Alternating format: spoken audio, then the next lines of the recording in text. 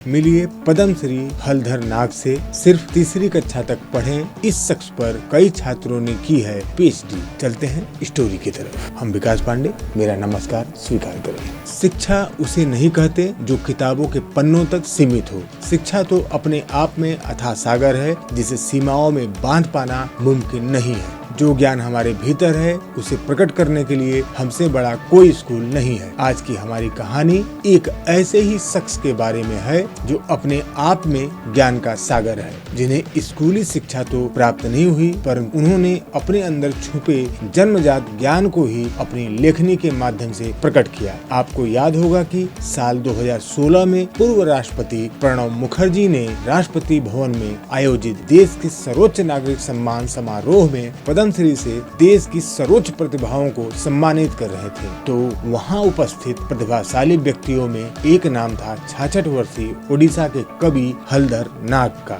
जिन्होंने सिद्ध कर दिया कि ज्ञान केवल किताबों में नहीं होता अपितु जन्मजात होता है। उन्होंने ज्ञान की अलग परिभाषा को जन्म दिया। ओडिशा कवि हलधर नाग एक ऐसे व्यक्ति हैं जिनसे प्रेरणा लेने के लिए कोई अपने आप को रोक नहीं सकता। हलधर नाग कौशली भाषा के कवि हैं। अब तक कई कविताएं और 20 महाकाव्य उनके द्वारा लिखी जा चुकी है। केवल उन्होंने इतना कुछ लिखा ही नहीं अपितु उन्हें अपना लिखा एक एक अक्षर याद है। अब संबलपुर विश्वविद्यालय में उनके लेखन के एक संकलन हलधर ग्रंथावली 2 को कार्यक्रम का हिस्सा भी बनाया गया है। कवि हलधर की प्रतिभा किताबी ज्ञान की मोहताज नहीं है। आपको जानकर आश्चर्य होगा कि कवि हलधर नाग एक गरीब परिवार से ताल्लुक रखते हैं और आर्थिक संकटों की वजह से उन्होंने तीसरी कक्षा में ही पढ़ाई को अलविदा कह दिया था। लेकिन आज उन पर 5 शोधकर्ताओं ने अपनी पीएचडी पूरी की है।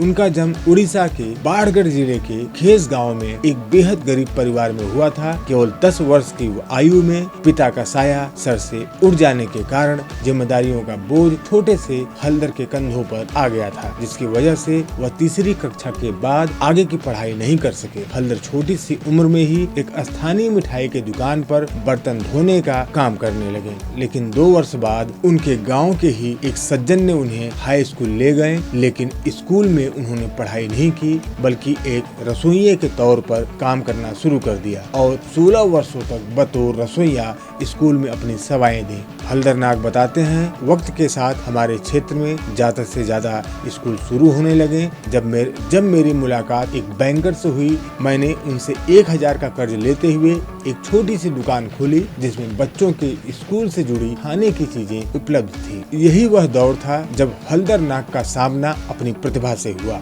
और उन्होंने 1990 में अपनी पहली कविता द ओल्ड बनयान ट्री की रचना की और अपनी इस कविता को उन्होंने स्थानीय पत्रिका में प्रकाशन के लिए भेजा। इसके साथ उन्होंने अपनी 4 अन्य कविताएं भी भेजी। हलधर की सभी कविताएं प्रकाशित हुई जिनसे उनका बहुत उत्साह वर्धन किया और लोगों द्वारा उनकी कविताओं को भरपूर सराहना मिली।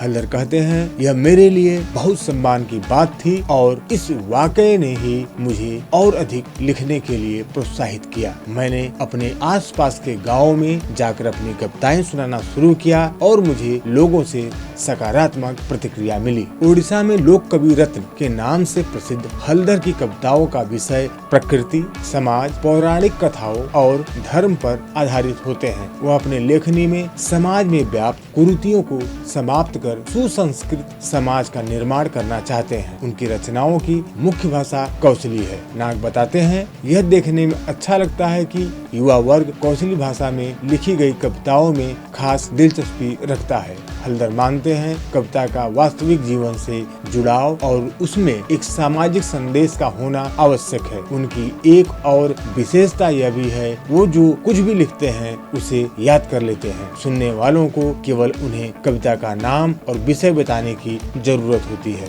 वो ये दिन भर में 3 से 4 कार्यक्रमों में हिस्सा लेते हैं और अपनी कविताएं सुनाते हैं। सादा जीवन उच्च विचार की कहावत तो मानो हलधर नाग के लिए ही बनी है। सादगी में यकीन रखने वाले हलधर ने आज तक कोई फुटवेयर नहीं पहनी। एक सफेद धोती और एक बनियान ही उनकी पहचान है। वे ऐसे व्यक्ति हैं जिन्होंने अपनी प्रतिभा को स्वयं खोज निकाला, समझा और तराशा। हम सलाम करते हैं पद्मश्री हलधर नाग को, जिन्होंने आज युवा पीढ़ी को बता दिया है कि प्रतिभा किसी अभाव या बंधन की मोहताज नहीं है। आवश्यकता है तो अपनी प्रतिभा पर विश्वास करने की, उसे विकसित करने की। हमें उम्मीद है कि आपको रियल लाइफ स्टोरी पसंद आई होगी। इसे जितना हो सके उतना शेयर कीजिए। हमारे चैनल बूस्ट इंडिया को लाइक करें और सब्सक्राइब करें और हमारे फेसबुक पेज बूस्ट इंडिया को फॉलो करें, लाइक करें। अपना बहुमूल्य समय देने के लिए धन्यवाद।